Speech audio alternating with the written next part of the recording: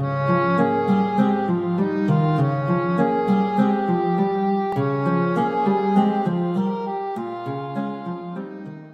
tout le monde, c'est Arcane qui revient pour continuer l'histoire des aventures de Morgane, donc personnage créé pour le jeu Ironsworn. La dernière fois, donc, nous avions simplement créé le personnage, donc petit rappel, c'est un personnage qui est plutôt... c'est un homme qui est plutôt doué de ses mains, plutôt habile, plutôt bon aussi pour tout ce qui est persuasion, courage, usage de la parole. Et on avait tiré les atouts suivants, on avait tiré Pretender, donc il a une certaine capacité, même s'il n'est pas très bon en Shadow, une certaine capacité à assumer des identités, de fausses identités. Storyweaver, donc lié au fait qu'il puisse raconter des histoires, baratiner les gens un petit peu, tout ça à l'aide de chansons, de poèmes ou de contes. Et enfin le rituel Awakening qui permet de créer un simulacre, créer donc une forme de vie à partir de matière inorganique. On en était resté la dernière fois au fait que Morgane habitait un village qui se nommait, si ma mémoire est bonne, Abonne, voilà. C'était dans les Havres. Et on en était resté au fait qu'on disait que ce village, qui était d'une taille assez importante, il y avait un événement qui était en train de se dérouler, qui était donc un événement très important et qui était menacé, event threatened. Avant cela, avant qu'on rentre dans le vif du sujet, je vais juste rajouter une barre de progression en fait.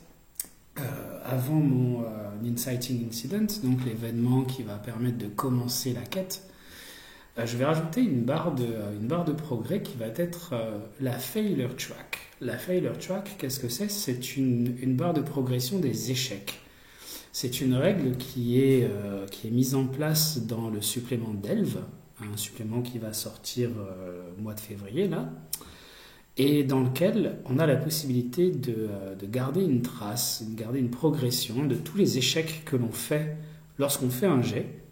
Donc lorsqu'on fait un échec, on coche une case de progression, et lorsqu'on fait un échec sur un jet de progrès, on coche 2 cases de progression. Et lorsque on passe du temps à méditer sur ces échecs, sur un petit peu voilà, tout ce qui a fait qu'on a eu une vie de merde et qu'on a complètement foiré dans notre vie, ce qui arrive relativement souvent quand même à Ironsworn, et qu'on a un score de progrès donc sur cette failure track qui est de 6 ou plus, on a la possibilité de faire un jet de progrès et en fonction du résultat, d'obtenir certains bénéfices. On verra ça lorsque ce sera le cas. Pour l'instant, on en est loin, mais ça peut permettre de compenser un petit peu cette culture de l'échec qu'on peut trouver parfois dans Ironsworn, où c'est vrai que ça peut être un peu démotivant de toujours souvent faire ou bien des jets, des coups faibles ou des échecs, et parallèlement de gagner très peu d'expérience parce que gagner de l'expérience, c'est assez difficile. Il faut remplir des vœux, des serments, et ça prend du temps. Et puis, on gagne très peu d'expérience. Donc, c'est une façon de compenser un petit peu tout ça. Donc là, je vais simplement créer donc un progrès, qui va s'appeler Failure Track. Il n'y a pas de rang, en fait, en soi, mais bon, on est obligé d'en donner un, donc ça va être Troublesome pour mon personnage, voilà. Et puis, on va tout simplement, au fur et à mesure du jeu, cocher des cases dans cette barre de progrès. Voilà, dans cette Failure Track. Pour en savoir plus sur cette option de jeu, il va falloir attendre la sortie de Delve au mois de février. Donc. On en était donc resté au fait que à Abonne, dans ce settlement, dans ce village, gros village de plusieurs centaines d'habitants, il y a un événement qui est en train de se produire. Et comme je le disais la dernière fois, j'ai vu que je manque complètement d'inspiration. On va tirer le thème de cet événement complètement au hasard, grâce aux oracles. Time. Ok, c'est intéressant. c'est un... En fait, il y a dans le village, donc on est au solstice, non à l'équinoxe, pardon, on est à l'équinoxe de printemps. Et l'équinoxe, comme les 4 passages de saison, les 2 équinoxes et les 2 solstices, l'équinoxe c'est le moment d'une célébration à Abonne. Une célébration qui rassemble tous les habitants du village, même ceux qui habituellement tentent à s'éloigner du village, à partir en aventure. Tous reviennent à Abonne pour le moment du solstice. C'est un moment important dans lequel on fait des offices pour les vieux dieux, les anciens dieux, les dieux de l'ancien monde, que l'on n'a pas encore tout à fait oubliés, qui parfois, on ne sait pas s'ils répondent, s'ils sont là, s'ils nous ont suivis dans le nouveau monde ou pas, mais par superstition, ne serait-ce que par superstition, on leur adresse encore quelques prières. C'est aussi l'occasion de célébrer, pour certains, en secret, peut-être des nouveaux dieux, des nouvelles croyances, des croyances liées aux terres de fer. Toujours est-il que la superstition est très présente, et parmi toutes ces superstitions, il y en est une qui est très peu répandue, très peu connue, dont Morgane n'a entendu parler qu'une seule fois par son maître Elstan. C'est la superstition qui parle de la ténèbre. Et pour certains,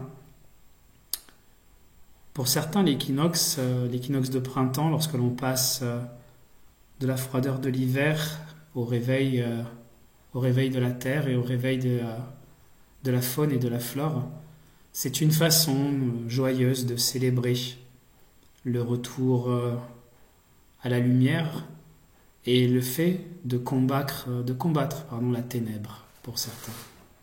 La ténèbre, c'est un des axiomes, une des vérités que j'ai décidé d'établir dans mon monde, dans ma vision des terres des fers. Et je ne vais pas vous en parler pour l'instant, mais on va essayer d'agrémenter un petit peu tout ça au fur et à mesure et à travers le roleplay. Et donc ça fait maintenant une petite semaine que tout le village se prépare de façon plutôt joyeuse à l'arrivée du printemps, à cet équinoxe qui sera célébré sans nul doute par plusieurs personnalités importantes du village, dont probablement Elstan en tant que mystique. C'est l'occasion du coup pour Morgane de se faire un petit peu plus connaître, un petit peu plus accepter au sein de ce village. Non pas qu'il soit d'un naturel timide, loin de là, mais il est vrai que il est encore jeune, il doit encore faire ses preuves, surtout en tant que fer juré. Et lorsqu'il assiste Elstan dans la moindre cérémonie qui peut avoir lieu au village, c'est une façon pour lui d'affirmer le fait que oui, c'est le successeur d'Elstan lorsqu'Elstan disparaîtra et que c'est son apprenti pour l'instant, mais que cela fait déjà de lui quelqu'un avec une certaine puissance, une certaine importance. Il essaie sans doute de se glorifier un petit peu de tout cela. Et donc nous savons que probablement cet événement doit être menacé, il doit être mis en danger par quelque chose. Par quoi ? C'est une bonne question. Là encore, on pourrait tirer quelques oracles. Je pense que il est probablement menacé par un personnage, j'ai envie de dire, dont on va essayer de déterminer quelques caractéristiques. Un criminel qui cherche à résoudre une querelle, peut-être quelque chose, une espèce de vieille vengeance en fait, une vieille histoire de vengeance. Ça peut être assez intéressant. Et c'est un personnage qui est expérimenté, probablement un vétéran. Ok, on va lui trouver un nom, tant qu'à faire. Il se nomme Vigo. Ok, très bien. On va noter ces informations. Even Threatened. On va commencer en fait une nouvelle histoire en fait entre personnages. Alors ne vous inquiétez pas si vous êtes utilisateur de Tales of Iron, vous voyez quelque chose là qui s'appelle Party, que vous n'avez pas vous-même sur vos fiches, c'est normal, c'est quelque chose qui est en cours de développement, donc vous ne le voyez pas. Et donc, nous avons Vigo, Experienced, Criminal, Looking for Vengeance. On va juste noter ça pour l'instant et on va trouver un titre à cette aventure. On va dire... Alors je note en anglais, oui, le résumé de l'histoire, puisque c'est aussi pour permettre aux lecteurs et à la communauté anglo-saxonne de pouvoir lire les aventures de ce personnage. The Spring Ceremony. La cérémonie du printemps. Voilà. Ok. Et maintenant, nous allons commencer cette petite aventure. Nous sommes donc au 7e jour des préparatifs de la fête du printemps, de l'équinoxe, du solstice, pardon, je ne vais pas y arriver. Toute la communauté du village Basson plein et tout plein d'allégresse. Le village est entièrement décoré de couronnes de fleurs. Les fleurs naissantes, parfois certains même bourgeons, sont stylisés de ci de là sur diverses tentures avec des peintures ocre, des tentures naturelles. Et à cette occasion, en fait, la population du village augmente. Il y a tous les gens qui habitent à peu près à 1 journée, 2 journées parfois de marche, qui font le déplacement jusqu'à Abonne, donc. On va appeler ça avec et du coup, la population du village a fortement augmenté. On est passé depuis le début de la semaine de 800 habitants à peu près à quelque chose comme 1400, 1500 habitants. C'est vraiment le festival de l'année qui attire énormément de monde au sein du village. Bien évidemment, cela fait déjà 1 décennie que ce village existe et on a l'habitude de cette cérémonie et on a l'habitude de s'organiser, de planifier les choses de façon à pouvoir accueillir tout ce flot de nouveaux arrivants, tout ce flot de visiteurs, dont certains parfois, trouvant l'atmosphère du village agréable, décident de s'y installer. Il y a donc de nombreuses... pas des auberges, pas vraiment, mais en fait de nombreux habitants qui, moyennant pas quelques pièces puisque la monnaie n'a pas lieu, mais moyennant quelques services ou un peu de nourriture, quelques partages, quelques échanges, même parfois simplement des histoires, acceptent d'héberger des voyageurs. C'est un petit peu comme si d'un seul coup vous aviez juste à l'occasion pour ce festival la moitié, peut-être voire plus, des maisons qui deviennent des chambres d'hôtes souvent de fortune, où le voyageur, le visiteur partage la même pièce commune que le reste de la famille. Mais en tout cas, il y a une ambiance agréable qui se crée. Il y a toujours, à cette occasion, bien sûr, un peu plus de sécurité qui est mise en place au sein du village, même si il n'y a jamais eu à déplorer de grands incidents, vraiment. Mais toutefois, il est vrai que le jarl qui dirige Abonne, a traditionnellement toujours renforcé la garde du village. à ces moments particuliers. Le jarl du village, on va lui donner un nom et on va même créer un settlement en fait pour ce village.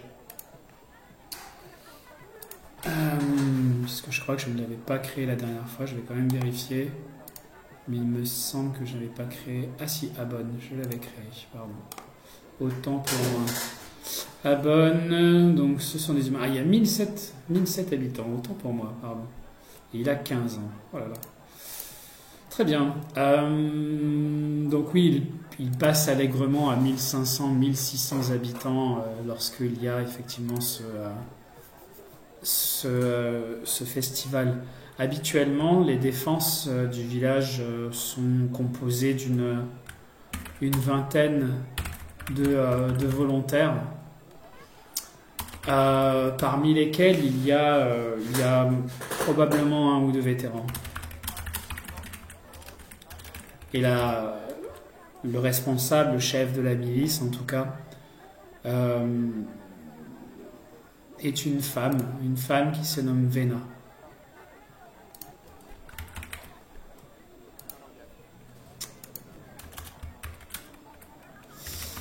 Female veteran.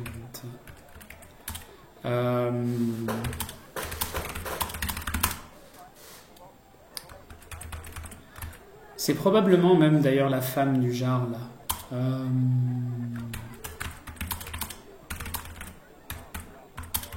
Donc le jarl, pour ceux qui ne connaissent pas Ironsworn, c'est un terme que l'on utilise pour parler du chef du village lorsque le village est dirigé par une seule personne. Ici, on va le noter effectivement que donc, la gouvernance du village est effectuée par un jarl, dont on va tirer le nom. Ezra, d'accord. Et Ezra, qui est-il? C'est un garde aussi, ok, très intéressant. C'est probablement un vétéran lui aussi en fait.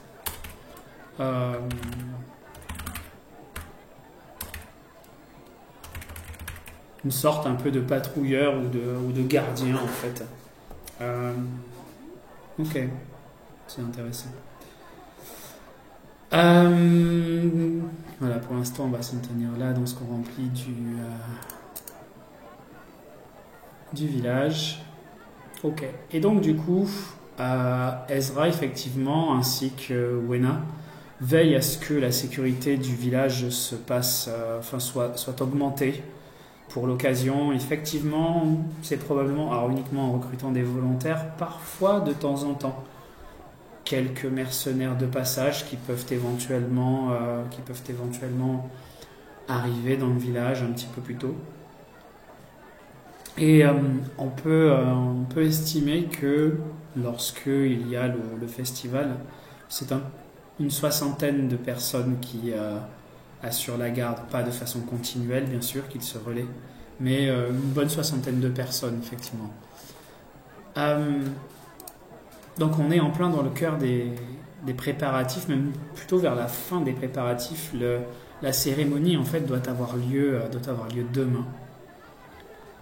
Lorsque nous avons Morgane, puisqu'il faut recentrer un petit peu l'intrigue, recentrer l'histoire autour du personnage, Morgane qui aide aux préparatifs en fait, aux préparatifs du village, mais plus pour la partie cérémoniale en elle-même. Il est lui avec son maître clairement. Donc du coup, donc avec Elstan, plus sur la partie vraiment du cérémonial, il va pour cette année en tout cas avoir la chance d'officier une bonne partie de la cérémonie sous la gouvernance et la tutelle de son maître, ce qui est vraiment un immense honneur pour lui, et il en est très fier. Il n'a bien sûr pas manqué de le faire savoir à Tire-Larigot en fait. Et il se trouve d'ailleurs que justement il est en train de boire une petite chope, c'est la fin de la journée, la veille justement du grand jour de la cérémonie, et est en train de boire une petite chope avec quelques-uns de ses amis dans l'une des nombreuses tavernes improvisées du village, où tout comme les hébergements improvisés, on peut voir de nombreux étals qui sont accessibles ou bien dans la rue ou bien qui est dans une maison, dans l'entrée ou dans une pièce, où on peut venir boire n'importe quoi, que ce soit du lait fraîchement trait à la bière la plus amère qui soit. Et il est dans un de ces petits boui-boui, en fait, en train de se rincer le gosier avec quelques-uns de ses amis, en train de se vanter justement de l'infime honneur qu'il va avoir dès le lendemain de pouvoir diriger, c'est bien le mot qu'il emploie, la cérémonie du printemps. Et que ça va être grandiose. Il fait comme si ses amis n'avaient jamais participé à cette fête, en fait, et il leur narre quelques-uns des soi-disant secrets qui se trouvent derrière le voile de cette cérémonie, alors qu'en fait, bien évidemment, ses amis connaissent la cérémonie. Mais il y a quand même quelques-uns qui, au moins par complaisance et par amitié, jouent le jeu et font mine d'être surpris. Parmi toutes les personnes qui se trouvent dans ce petit rad, il y a un homme qui a l'air marqué par les années et marqué par l'expérience. Un homme d'une taille moyenne, plutôt large d'épaules, légèrement voûté, comme s'il était fourbu, avec le visage particulièrement marqué, des traits assez durs, le teint basané, une espèce de barbe naissante, mal rasée en tout cas, et avec de nombreux patchworks, de nombreux trous qui sont la marque de blessures, de vilaines cicatrices. Il a le visage complètement marqué, balafré par 3-4 entailles, dont l'une d'entre elles assez vilaine au niveau partant à la base du lobe de l'oreille et remontant pratiquement jusqu'à la commissure des lèvres. Il porte un bandeau sur l'un de ses yeux et semble effectivement n'être que de passage ici. Il écoute les récits que fait Morgane de ses aventures futures, car pour lui animer la cérémonie est une aventure, et il l'interrompt.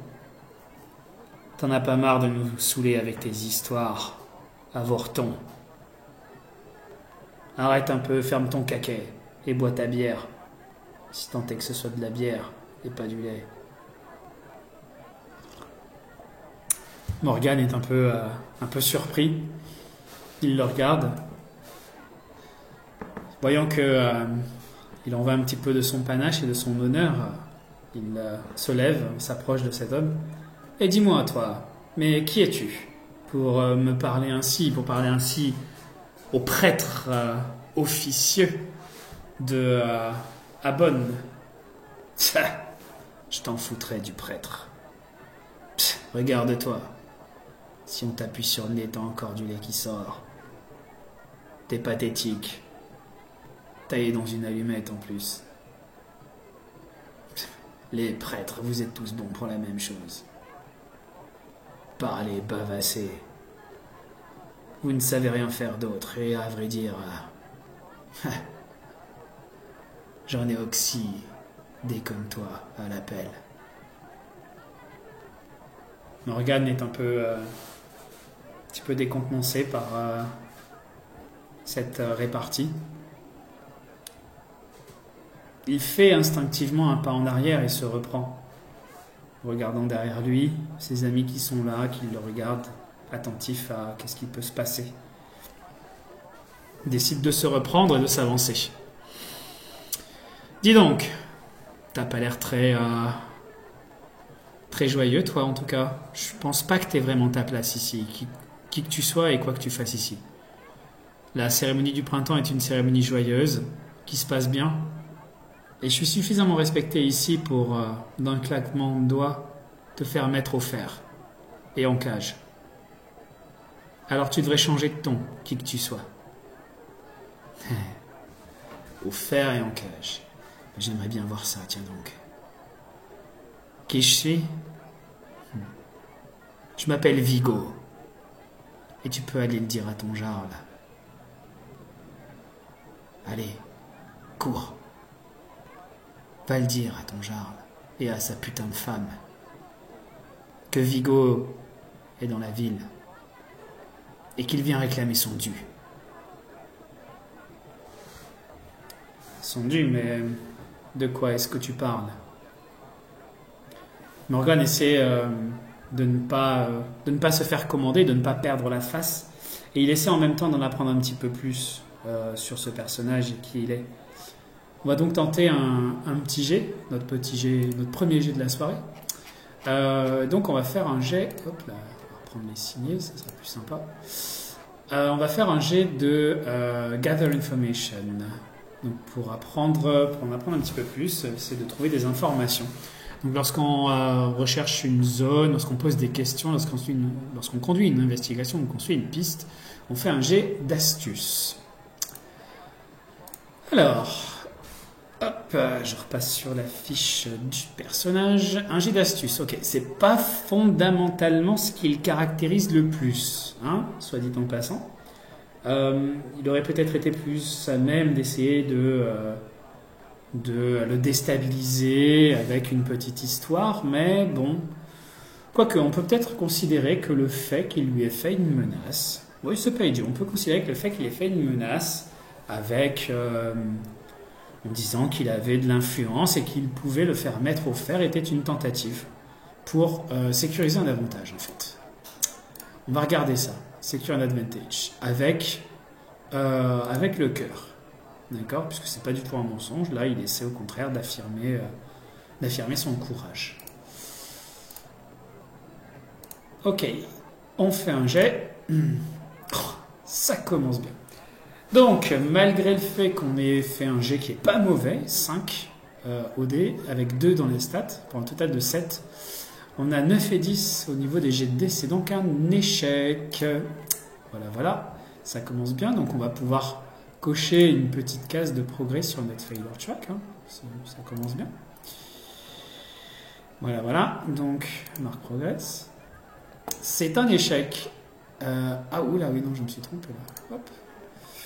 Et move progress. Ah oui, il faut en fait lui mettre un rang épique pour que ça ne coche qu'une seule case. Voilà. Sur un échec au Secure an Advantage, you fail and your assumptions betray you, donc pay the price. C'est effectivement, je pense, exactement ce qui s'est passé au niveau du roleplay. En fait, Morgan s'est fait rembarrer clairement par Vigo, qui lui a dit en gros de rentrer chez sa mère en passant par la case Jarl. Ce qui va avoir un effet quand même un petit peu sur Morgan. L'effet le plus évident, me semble-t-il, est que Morgan perde un point de spirit. Voilà. Un point de spirit et il doit donc faire un Endure Stress. Endure Stress when he faces mental shock or despair. Ok. On va faire un jet donc de spirit ou de heart. Donc on va ajouter spirit, c'est ce qu'il y a de plus fort. Strong hit. Ok. Du coup, on a la possibilité de récupérer ce point de spirit en échange d'un point de momentum ou de prendre un point de momentum. On va booster le momentum. Okay. Et donc effectivement, après avoir tenté d'intimider un petit peu son adversaire et s'être fait rembarrer, Morgan change un petit peu d'approche et il essaie de le questionner, donc en lui demandant qui il est. Et donc on va effectivement du coup faire notre jet de Gather Information avec Wits. Et donc, comme je disais, Wits, c'est pas la tasse de thé de Morgan, pas du tout. Donc, on va voir ce que ça donne. Weak hit. Ça aurait pu être pire, on a fait un 6 sur le jet de dés, donc c'est plutôt pas mal, heureusement. Ça sauve les meubles et le fait qu'on ait un point dans la stat. Donc, on a fait un weak hit compared to 10 and 1. Ok. Très bien, très bien. Bon, c'est pas mal. Un weak hit. Si je vais sur la description, donc un coup faible. Sur un coup faible, les informations complètent la quête ou introduisent un nouveau danger. Visualisez ce que vous découvrez, demandez à l'oracle et prenez plus un momentum. Ok. On va faire l'effet mécanique, on va prendre plusieurs momentum. Très bien. Vigo lui a demandé un petit peu, qui il était.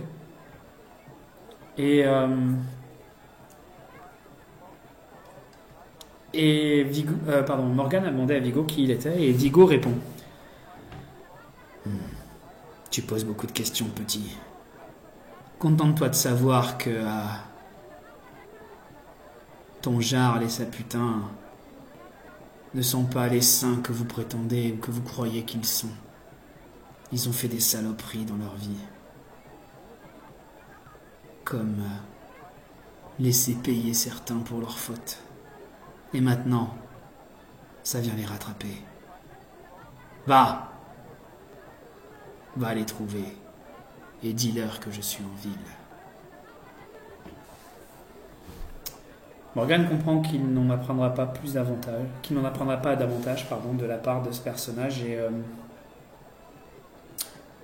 se recule, le laissant à lui-même, se tourne vers ses amis. Curieux personnage, qu'est-ce que vous en pensez? Il faudrait peut-être quand même que j'aille prévenir les autres. Ça pourrait être important que Ezra et Wena sachent qu'il est là. À mon avis, il va faire du grabuge. Ce qui est une manière un petit peu habile et à droite d'essayer de retomber sur ses pattes et de ne pas passer pour le toutou ou le messager de service. Effectivement, quelques temps plus tard, Morgan finit sa coupe et sort du boui-boui dans lequel il était et se dirige par défaut à la Maison Longue en espérant que peut-être Wena ou Ezra seront présents. On va voir s'ils sont là. Il va dire que il y a une chance sur 2 pour qu'ils soient là. Donc, est-ce que Ezra est présent? Et je vais interroger l'oracle. Oui. Ok. Ezra est présent. Est-ce que Wena est présente également? Oui, également. Très bien. Morgan arrive quelque temps plus tard à la Maison Longue, après avoir traversé quelques rues bondées de personnes en liesse et en plein préparatif. Il a l'air un petit peu morose, malgré le fait qu'il essaie d'arborer, et qu'il est plutôt bon comédien, donc il essaie d'arborer un sourire de façade en tout cas. Il arrive avec les sourcils froncés jusqu'à la Maison Longue et demande audience à Ezra et à Wena, constatant que les deux sont ici. C'est Ezra qui le reçoit, effectivement, avec dans la salle principale de la Maison Longue, il y a beaucoup de monde en fait, beaucoup de gens du village qui font des préparatifs, ainsi que des visiteurs de passage, peut-être des personnalités importantes des localités alentours qui viennent témoigner leur respect au Jarl. Et donc c'est un petit peu dans une espèce de cohue que Ezra reçoit Morgan et qui lui demande ce qui se passe. Et Morgan donc prend la parole en disant Ezra, écoute, j'étais en train de célébrer les préparations du festival avec quelques amis dans un des bars du village lorsque j'ai été interpellé par un homme qui me semble qu'il va faire du grabuge. En tout cas, il ne m'inspire pas confiance. Et il dit qu'il vous connaît, toi et Wena. Le Jarl a l'air surpris, il fait signe de continuer. Ouais, il a une mine un peu patibulaire, il dit s'appeler Vigo. Vigo. Le jarl a l'air un peu décontenancé, en tout cas, il masque clairement ses émotions. Continue, que t'a-t-il dit? Il dit que... Enfin, il a parlé de vous en des termes plutôt injurieux et il dit qu'il est là pour, je ne sais pas, peut-être se venger ou faire payer quelque chose. Je ne sais pas trop quoi. Il dit... enfin, il regarde autour, voit qu'il y a beaucoup de monde, ne veut pas risquer de porter atteinte à la réputation de son jarl et celui-ci semble comprendre. Il lui fait un signe de la main. Arrête. Très bien. Laisse-moi réfléchir une seconde.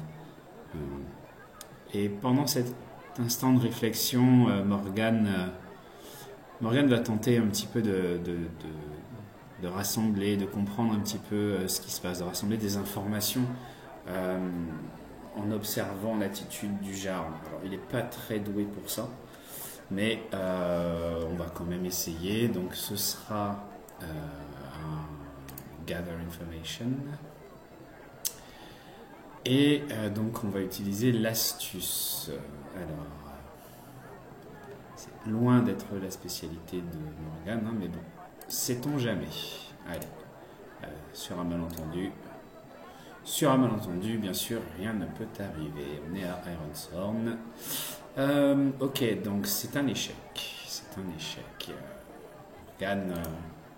Morgane est quelqu'un d'assez naïf. Hein, il n'a que 1 en astuce. Il est plutôt bon vivant, plutôt simple. Sur un échec, votre investigation révèle une menace imminente ou une vérité qui n'est pas la bienvenue et qui mine votre quête. Bon, pour l'instant, je n'ai pas de quête, à vrai dire. Il faut en payer le prix. Ok. En payer le prix. On va voir ce que nous suggère l'oracle, même si j'ai une petite idée. It is stressful. Ok, très bien. D'accord. Clairement, Morgane a l'air particulièrement mal à l'aise. Il ne sait pas trop si il n'a pas mis son jarl dans l'embarras. Et il met carrément en fait les pieds dans le plat en rajoutant quelques phrases. Il a été particulièrement odieux envers Wena. Peut-être faudrait-il le mettre au fer tout simplement. S'il doit perturber la cérémonie, autant l'arrêter. Et Wena n'a qu'à... Enfin, je peux montrer à Wena où il était et elle procède à son arrestation. Arrête, dit Ezra. Il a l'air particulièrement mécontent. Non, on ne va pas mêler Wena à cela. C'est inutile. Prends quelques hommes avec toi, effectivement, et va le mettre aux arrêts. Et là, Morgane, d'un seul coup, se dit qu'il s'est mis dans la panade, en fait. C'est pas du tout un garde, clairement, même s'il n'est pas fondamentalement mauvais dans les choses du physique et qu'il, en tout cas, bon, sait très bien se servir d'un arc et de couteau de lancer notamment, mais c'est quand même pas un combattant. C'est plutôt quelqu'un qui utilise le verbe pour se sortir des mauvaises situations. Et là, clairement, il s'est un peu raté. Il est un peu inquiet, un petit peu stressé quant à cette mission qui lui est confiée. C'est pas digne de faire un vœu de fer pour ça, mais par contre il va effectivement falloir rentrer quand même dans la quête qui se trouve derrière tout cela et on va l'introduire maintenant. Le jarl, avant qu'il ne parte, lui dit Morgane, je veux que tu t'assures que les cérémonies du festival se déroulent bien. Tu es un fer juré, je crois. Alors, fais-moi la promesse. Il te revient de faire en sorte que toute cette cérémonie se déroule sans encombre. Et que les gens soient contents. Morgane réalise que c'est une lourde tâche. Il a conscience qu'il vient peut-être de commettre un impair, mais en tout cas, il regarde Ezra. Il lui fait un signe de tête. Très bien, Ezra. Il sort un de ses couteaux, un de ses couteaux de lancer qui est en fer, et en touche la lame. Sur le fer de ce couteau-là, je te jure que je veillerai à ce que la cérémonie se passe sans encombre. Et on va donc faire un vœu de fer. Alors, donc c'est un move de quête, soit un nine round. Donc lorsque vous jurez un vœu de fer pour compléter une quête, donc écrivez le vœu de fer, choisissez un rang et faites un jet plus cœur. Alors là, ça va pas être quelque chose de très très compliqué. Donc le vœu de fer, donc ça va être s'assurer que la cérémonie se passe sans problème.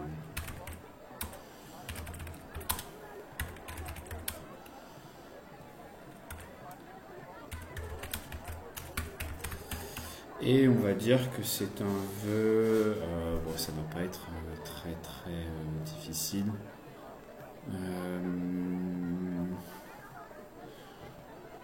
On va faire pour un premier vœu pour ce personnage, on va rester sur un rang de pénible, donc troublesome. Voilà. Et donc on va faire notre jet de fer. Alors,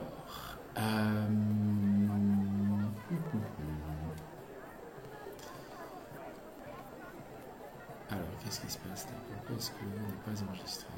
Hop. Tiens que je rafraîchisse ma page.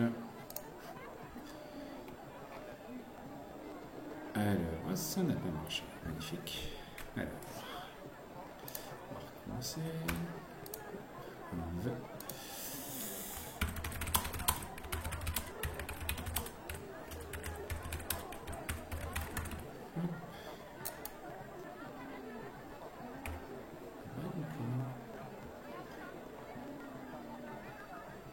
Ah, voilà.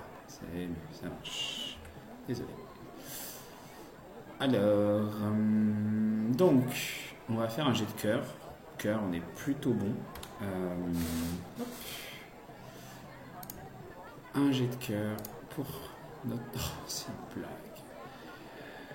Non, mais là, c'est vraiment pas de chance. Un échec. Un échec sur le vœu de fer. Ok. Sur un échec, il fait ce signe.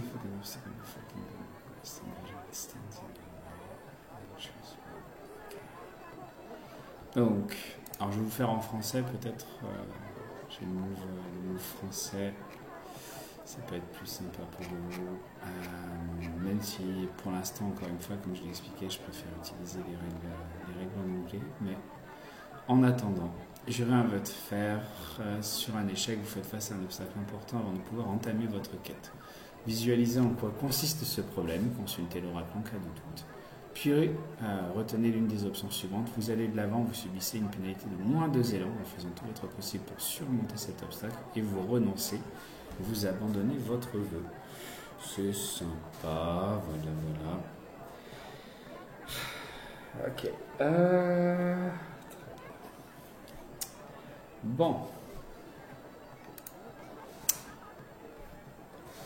Qu'est-ce qui va se passer? Qu'est-ce qui va se passer?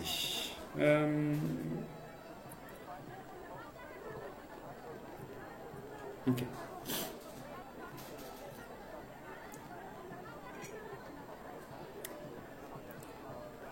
Après avoir juré ce vœu, Morgane effectivement prend prend quelques hommes avec lui. Alors, j'avais dit que la situation c'était stressante. Il va probablement perdre un point de spirit. Hop. Et on va faire un Angel Stress. Donc, on va jeter plus spirit ou plus heart. Plus spirit. C'est un strong hit. Ok. On va sur un résultat fort, on va gagner plus en momentum. Ça sera toujours utile. Donc un point d'élan. Et donc Morgan effectivement prend 3 personnes avec lui, 3 volontaires du village, afin de procéder à l'arrestation de Vigo. Et lorsqu'il sort de la maison longue, il est particulièrement perturbé. Il ne sait pas trop en fait comment est-ce qu'il doit se positionner. Est-ce qu'il faut qu'il se positionne en tant qu'officier du cérémoniel du lendemain? Est-ce qu'il faut qu'il se présente comme un garde? C'est un petit peu son atout pretender qui essaie de peut-être l'influencer, de se dire tiens, qui est-ce que je vais être pour procéder à cette arrestation. Et il est particulièrement confus, il ne sait pas trop vraiment comment commencer cette mission, comment assurer cette mission. Ce qui fait qu'il perd un peu ses moyens. En tout cas, dans tout ce qui est la façon dont il va essayer de mener cette quête, et il est un petit peu décontenancé. Par conséquent, on va opter pour le fait de perdre 2 points d'élan en termes d'action mécanique, de résultat mécanique. Et donc, il a cette quête qui vient de commencer. Et probablement un des premiers jalons de cette quête va être essayer effectivement d'arrêter Vigo, de placer Vigo au fer. Sauf que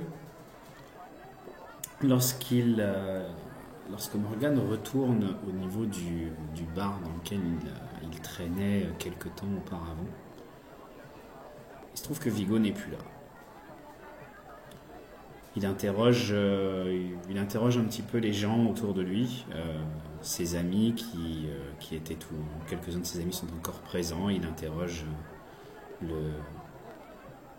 la personne qui fait le service au niveau du bar et il tente de rassembler quelques informations, d'obtenir des informations. On va donc faire un jet de récolter des informations.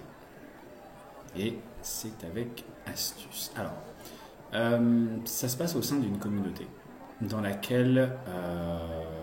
laquelle Ezra a un lien. J'ai oublié ce point tout à l'heure. Alors, ça ne pouvait pas fonctionner avec Ezra parce que Morgan n'avait pas de lien particulier avec Ezra. Mais Morgan, si je ne m'abuse, a un lien. On va regarder. A un lien avec ça va se trouver ici. Il a un lien avec Abon. Voilà. Donc on peut considérer que lorsqu'il fait une recherche d'informations,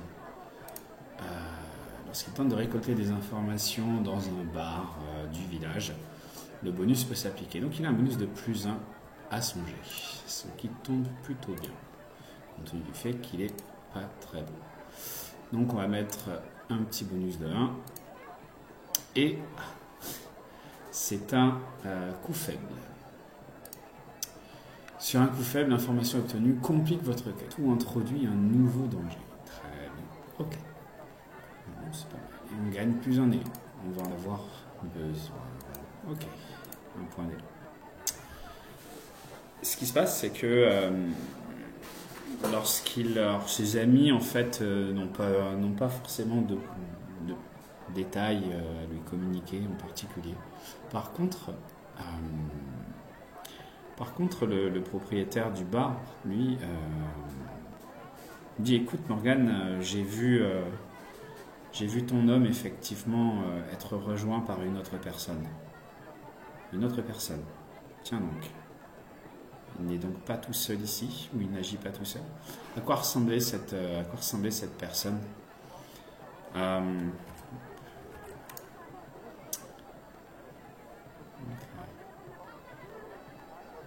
Intéressant.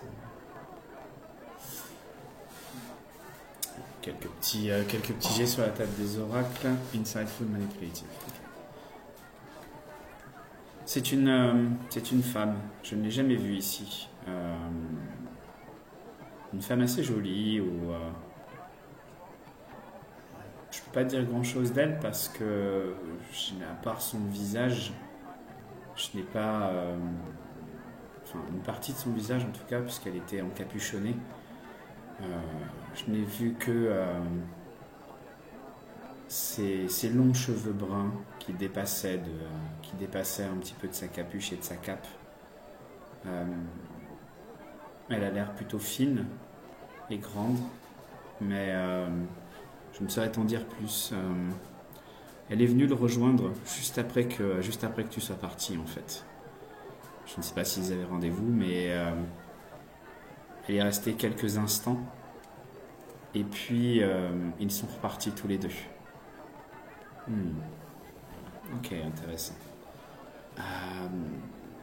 Tu n'as aucune idée, bien sûr, d'où ils sont allés, je suppose?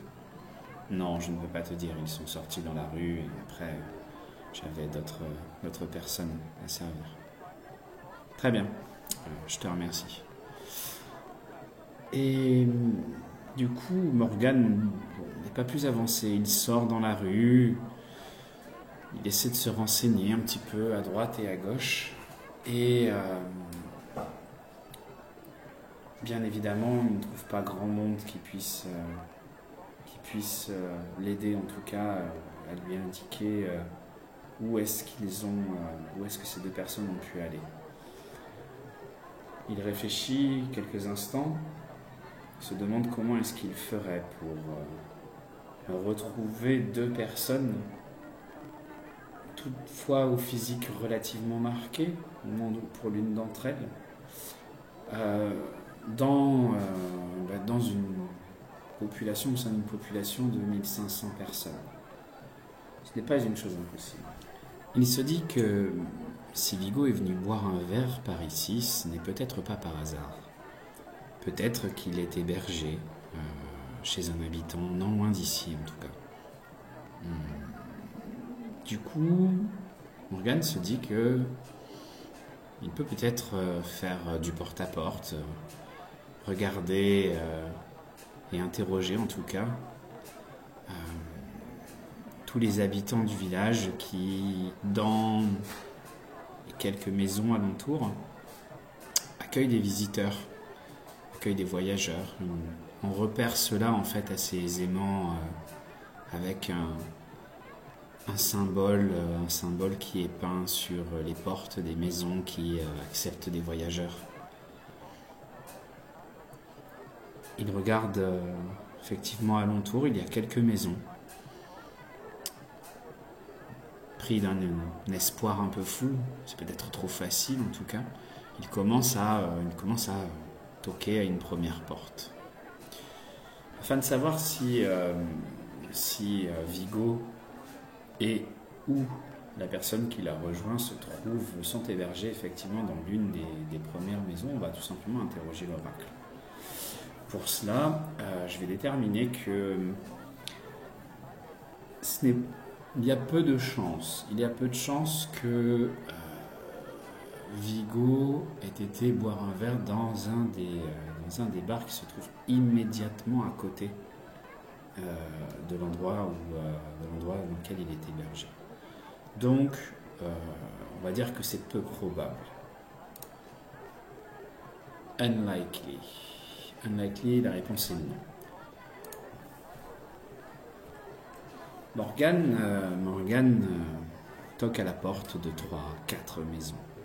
Et après avoir interrogé les propriétaires, savoir s'ils accueillaient du monde, savoir s'ils s'il éventuellement avait vu ou accueillait, hébergeait un homme particulièrement marqué, au visage couvert de cicatrices. Malheureusement, il fait chouin.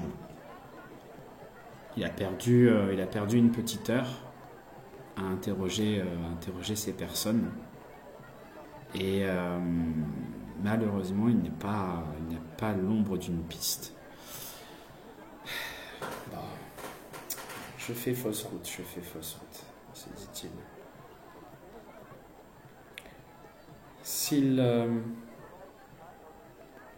Si Vigo a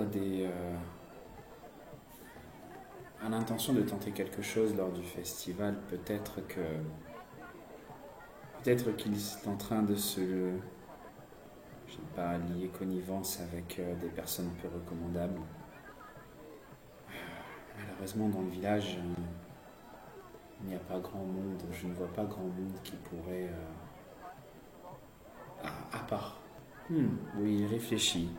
Il se dit qu'il y a bien un groupe de personnes, deux, trois voisins qui se trouvent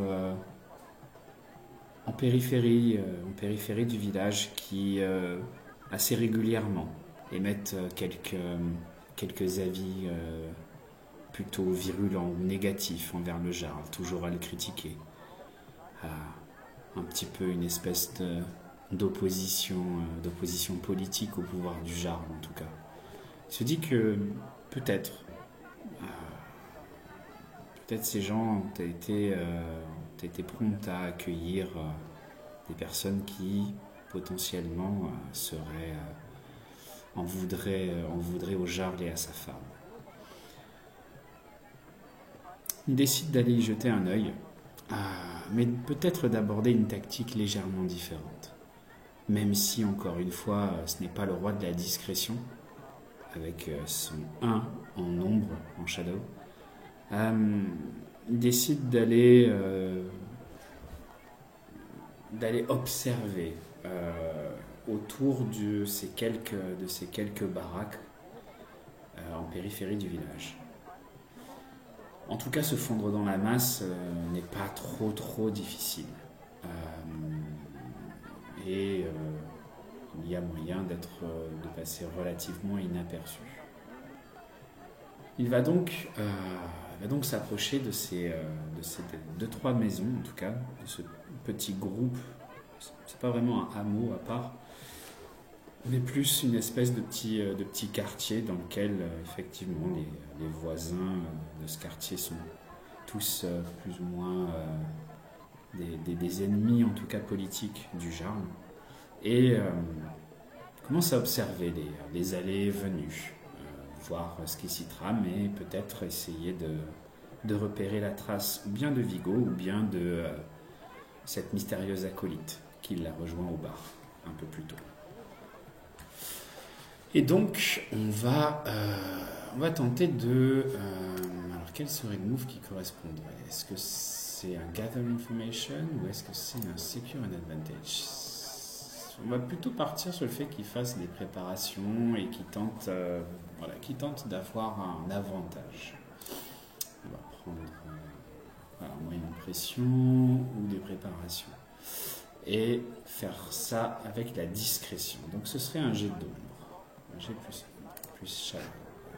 C'est pas sa spécialité. Il n'y a a priori pas de bonus qu'on pourrait rajouter au jet. Donc, c'est bien évidemment un échec. C'est phénoménal. Sur un échec, vous échouez et vos progrès sont minés par un rebondissement dramatique ou coûteux. Vous devez en payer le prix. C'est magnifique. C'est magnifique. Alors,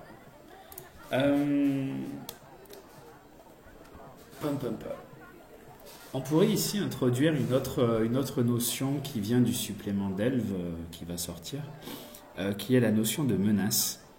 La menace, en fait, c'est lorsque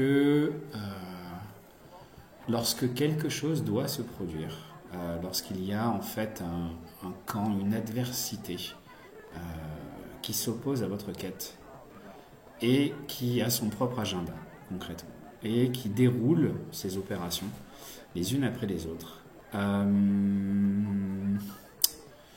Ça pourrait être intéressant, mais le problème, c'est, je pense que la quête est trop directement en confrontation avec cette menace pour qu'on puisse faire ça.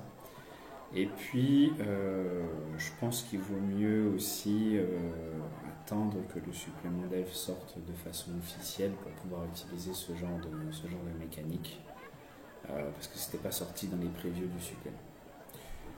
Mais ça pourrait effectivement être une idée. Ici, donc, on a fait un échec sur le fait de s'emparer d'un avantage. On va regarder ce que nous dit l'oracle en payant le prix. Surprising development complicates your quest. Bah, évidemment, bien sûr. Bien sûr, ce serait trop facile sinon. Donc, un événement complique notre quête. Un événement complique la quête. Eh bien, on va regarder ce que ça peut être. On va tirer un thème. Ok.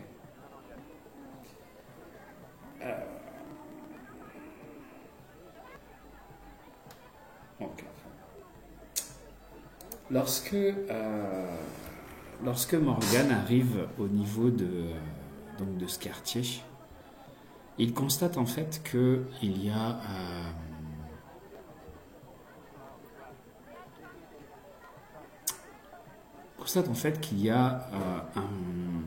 une grande agitation.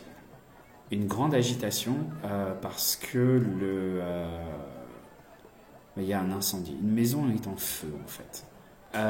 Il y a donc toute la population qui est rassemblée à ce niveau-là pour tenter de combattre le feu. C'est un feu naissant. C'est pour ça qu'il ne l'avait pas forcément détecté auparavant. Il n'y avait pas un épais panache de fumée. Mais effectivement, il y a déjà toute une chaîne de personnes qui commencent à se mettre en place pour interrompre le début de cet incendie en allant chercher des seaux auprès du puits central en fait, enfin en tout cas du puits pas du puits central, du puits le plus proche, puisqu'on peut considérer que dans un tel village il y a quand même plusieurs puits. Et immédiatement Morgan du coup en oublie un peu sa quête, car il y a des choses plus pressantes et plus urgentes. Et donc il commence à filer un coup de main tout simplement. Il rentre dans la chaîne pour tout simplement pour porter des seaux. Et il ne le réalise pas, mais du coup son objectif qui était d'être discret et de repérer éventuellement les allées et venues de Vigo ou de sa comparse échoue lamentablement, puisque sans même qu'il le sache, Vigo et sa comparse sont effectivement non loin et il le voit, tandis que lui ne les voit pas, et il décide de quitter du coup constatant qu'il n'est pas venu seul, qu'il est venu accompagné d'hommes d'armes. Par prudence, il décide de quitter le quartier. Sa piste donc tombe complètement à l'eau. Et pendant ce temps, effectivement, Morgan lutte contre le feu. Il n'y a pas vraiment de move particulier à faire, puisque c'est une action un peu collective, une action de communauté. Et donc on va simplement considérer que au bout d'un long moment, le feu est éteint et le feu est maîtrisé. Mais ça lui prend quand même quelques heures où il a véritablement l'impression, une fois que c'est terminé, de s'être particulièrement éloigné de sa quête. Il ne sait pas trop comment il va pouvoir retomber sur ses pattes, retrouver la trace de Vigo, de sa comparse, accomplir sa mission, et ce sera l'objet de la suite de nos aventures. Merci de rester fidèles, à très bientôt.